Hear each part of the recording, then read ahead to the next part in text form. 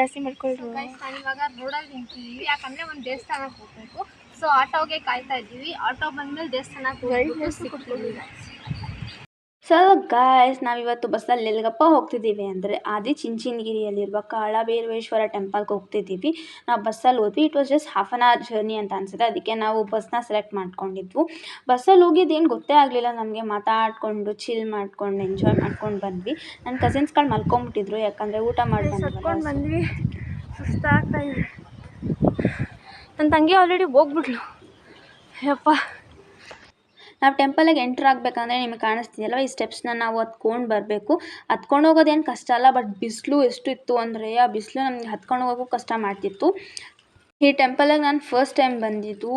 First time ನೋಡಿದ್ದಕ್ಕೆ full Impress ಆಗಿಬಿಟ್ಟೆ ನಾನು. ಈ ಟೆಂಪಲ್ ಎಷ್ಟು ಸಖತ್ತಾಗಿದೆ ಅಂದರೆ ಆಚೆಗಡೆಯಿಂದನೇ ಇಷ್ಟೊಂದು ಚೆನ್ನಾಗಿರ್ಬೇಕಾದ್ರೆ ಒಳಗಡೆ ಇನ್ನೆಷ್ಟು ಚೆನ್ನಾಗಿರುತ್ತಲ್ಲ. ಈ ಸರೌಂಡಿಂಗ್ಸ್ ಅಂತೂ ನಂಗೆ ತುಂಬಾ ಇಷ್ಟ ಆಯಿತು. ಮತ್ತು ನಾವು ಕುತ್ಕೊಂಡು ಮಾತಾಡಲಿ ಅಂದ್ಬಿಟ್ಟು ಸ್ಟೋನ್ದು ಬೆಂಚ್ ಕೂಡ ಹಾಕಿದ್ದಾರೆ.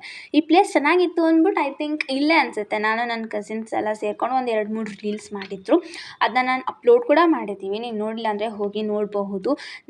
ಈ ವಿಡಿಯೋ ವೀಕ್ ಹಳೇದು ಅಂದರೆ 1 ವೀಕೋ 2 ವೀಕ್ಸಿನ ಹಳೇದು, ಬಟ್ ನಾನು ಇವಾಗ ವಾಯ್ಸ್ ಓವರ್ ಕೊಟ್ಟು ಅಪ್ಲೋಡ್ ಮಾಡ್ತಾ ಇದ್ದೀನಿ.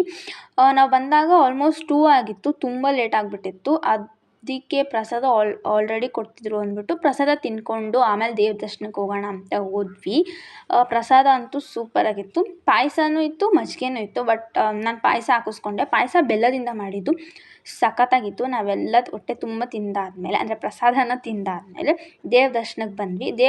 ದರ್ಶನ ಎಲ್ಲ ಮುಗಿಸ್ಕೊಂಡು ಬಂದ್ವಿ, ಕೂತಿದ್ದೀವಿ. ನೋಡಿ ಗೈಸ್, ಇಬ್ಬರು ಸಿಬ್ಲಿಂಗ್ಸ್ ಫೈಟ್ ಹೆಂಗೆ ಅಂದರೆ, ಇವ್ರ ಕ್ಯಾಮ್ರಾ ಆನ್ ಇರಲಿ ಆಫ್ ಇರಲಿ, ಅವ್ರ ಕೆಲಸ ಎಷ್ಟು ಅಷ್ಟು ಮಾಡ್ತಿರ್ಬೇಕು, ಕಿತ್ತಾಡ್ತಿರ್ಬೇಕು. ಇಲ್ಲಿ ನನ್ನ ತಮ್ಮ ನನ್ನ ಜೊತೆ ಆಟಾಡ್ತಿದ್ದಾನೆ. ನೋಡಿದ್ರೆ ಅಲ್ಲಿ ಹೈಡ್ ಆ್ಯಂಡ್ ಸೀಕ್ ಆಡ್ತಿದ್ದಾನೆ ಕಂಬದಿಂದ. ನಾನು ಸ್ವಲ್ಪ ಈ ಟೆಂಪಲ್ದು ವೀಡಿಯೋಸ್ ಎಲ್ಲ ರೆಕಾರ್ಡ್ ಮಾಡ್ಕೊತಾ ಇದ್ದೆ. ನಂಗೆ ನಿಜವಾಗ್ಲೂ ಟೆಂಪಲ್ಗೆ ಬಂದಿದ್ದೀನಿ ಅಂತ ಅನ್ನಿಸ್ಲೇ ಇಲ್ಲ. ಯಾವುದೋ ಮ್ಯೂಸಿಯಮಿಗೆ ಬಂದಿದ್ದೀವೇನೋ ಅನ್ನೋ ಥರ ಫೀಲ್ ಕೊಡ್ತಿದೆ. ಯಾಕಂದರೆ ಹಾಗೆ ನಮ್ಮ ಫ್ಯಾಮಿಲಿಯವರೆಲ್ಲ ಅಕ್ಕಪಕ್ಕ ಸುತ್ತಮುತ್ತ ಏನೇನಿದೆ ಥಿಂಗ್ಸ್ ಎಲ್ಲ ನೋಡ್ಕೊಂಡು ಹೋಗ್ತಾರೆ. ಲೈಕ್ ಲಿಟ್ರಲಿ ಮ್ಯೂಸಿಯಂ ವೈಬೇ ಕೊಡ್ತಾ ಇದೆ. ನಾವೆಲ್ಲ ಮ್ಯೂಸಿಯಮಿಗೆ ಬಂದುಬಿಟ್ಟಿದ್ದೀವೇನೋ, ನಮ್ಮ ಪಕ್ಕದಲ್ಲಿರುವಂಥ ಆ್ಯಂಟಿಕ್ ಪೀಸ್ಗಳು ಅಥವಾ ಯಾವ್ದಾದ್ರು ಒಂದು ಚೆನ್ನಾಗಿರೋ ವಸ್ತುಗಳನ್ನ ನೋಡ್ಕೊಂಡು ಹೋಗ್ತಿದ್ದೀವೇನೋ ಥರ ಫೀಲ್ ಕೊಡ್ತಿದೆ. ಈ ಪ್ಲೇಸು ಅಂತೂ ಸಖತ್ತಾಗಿದೆ. ಈ ಪ್ಲೇಸಲ್ಲಿ ನಾವು ಒಂದು 2-3 ಫೋಟೋಸ್ ತೊಗೊಂಡ್ವಿ, ಚೆನ್ನಾಗಿ ಕೂಡ ಬಂತು. ಮತ್ತು ಈ ದೇವಸ್ಥಾನದಲ್ಲಿ ಒಂದು 2-3 ಅಂಡರ್ಗ್ರೌಂಡ್ ಥರ ಇದೆ, ಲೈಕ್ ಸ್ಟೆಪ್ಸ್ ಮಾಡಿದ್ದಾರೆ. ಆ ಸ್ಟೆಪ್ಸ್ ಕೆಳಗಡೆ ಏನೋ ವರ್ಕ್ ನಡೀತಿದೆಯಂತೆ. ನಮ್ಮನ್ನು ಯಾರನ್ನೂ ಬಿಡಲಿಲ್ಲ. ಮತ್ತು ಯಾರೋ ಹೇಳಿದ್ರು, ನಮ್ಮಮ್ಮ ನನಗೆ ಹೇಳಿದ್ರು, 3 ಇದೆ ಅಂಡರ್ಗ್ರೌಂಡ್. ಅದರಲ್ಲಿ ಒಂದು ಅಂಡರ್ಗ್ರೌಂಡಲ್ಲಿ ಇದನ್ನು ಕನ್ಸ್ಟ್ರಕ್ಟ್ ಮಾಡಿದವ್ರ ಯಾರ್ದೋ ಅವ್ರದ್ದು ಗ್ರೇವ್ ಇದೆಯಂತೆ. ನಂಗೆ ನಿಜನೋ ಇಲ್ವೋ ಗೊತ್ತಿಲ್ಲ, ನಮ್ಮಮ್ಮ ಇದು ಹೇಳಿದರು. ಅದಾದಮೇಲೆ ಮೆಟ್ಲು ಹತ್ಕೊಂಡು ನಾವು ಇನ್ನೂ ಒಂದು ದೇವಸ್ಥಾನಕ್ಕೆ ಹೋದ್ವಿ. ಯಾವ ದೇವಸ್ಥಾನ ಅಂದರೆ ಅಲ್ಲಿ ಬಸವಣ್ಣ ಇದೆಯಲ್ಲ, ಆ ದೇವಸ್ಥಾನ.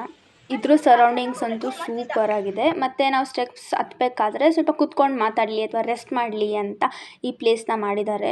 ಸಖತ್ತಾಗಿದೆ. ನಾವಂತೂ ಕುತ್ಕೊಂಡು ಮಾತಾಡ್ತಿದ್ವಿ.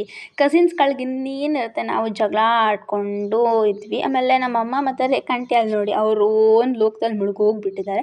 ನಾನು ಈ ಕೃಷ್ಣನ ಫೋಟೋ ನಾನು ಲಾಸ್ಟ್ ವ್ಲಾಗಲ್ಲೇ ಹೇಳಿದೆ, ನನ್ನ ಜೊತೆ ನಾನು ಯಾವಾಗಲೂ ಇಟ್ಕೊಂಡಿರ್ತೀನಿ ಅಂತ. It gives some positive vibes, ಅದಕ್ಕೆ ನಾನು ಇಟ್ಕೊಂಡಿದ್ದೆ. ಸೊ ಕುತ್ಕೊಂಡು ಮಾತಾಡಿ ರೆಸ್ಟ್ ಎಲ್ಲ ಮಾಡಾದಮೇಲೆ ನಾವು ಮೇಲೆ ಬಂದ್ವಿ. ಇದು ಬಸವಣ್ಣ. ಅವ್ರ ಕಿವಿಲಿ ನಾವು ಏನೇ ಹೇಳಿದ್ರು ನಿಜ ಆಗುತ್ತಂತೆ. ನಾನಂತೂ ಫುಲ್ಲು ನನ್ನ ಜೀವನದಲ್ಲಿ ನಾನು ಏನೇನು ಸಾಧನೆ ಮಾಡಬೇಕು ಅದನ್ನೆಲ್ಲ ಕಿವಿಲಿ ಹೇಳಿಬಿಟ್ಟಿದ್ದೀನಿ. ಅದೆಲ್ಲ ನಿಜ ಮಾಡಿಬಿಟ್ರೆ ಸಾಕು. ನಿಜ ಮಾಡ್ತಾರೆ ದೇವರು, ಅದ್ರ ಮೇಲೆ ನಮ್ಗೆ ನಂಬಿಕೆ ಇದೆ. ನಮ್ಮದು ಕೂಡ ಹಾರ್ಡ್ ವರ್ಕ್ ಇದ್ದರೆ ಅಫ್ಕೋರ್ಸ್ ಆಗೇ ಆಗುತ್ತೆ. ನಾನು ಅದನ್ನ ಅಚೀವ್ ಮಾಡ್ತೀನಿ, ಅದ್ರಲ್ಲಿ ನೋ ಡೌಟ್. ನೆಕ್ಸ್ಟ್ ನಾವು ದೇವ್ರ ದರ್ಶನ ಮುಗಿಸ್ಕೊಂಡು ಕೆಳಗೆ ಬಂದ್ವಿ. ಫೈನಲಿ ನಾವು ದರ್ಶನ ಎಲ್ಲ ಮುಗಿಸ್ಕೊಂಡು ಮನೆಗೆ ಹೋದ್ವಿ. Hope you enjoyed this vlog. Okay, bye bye.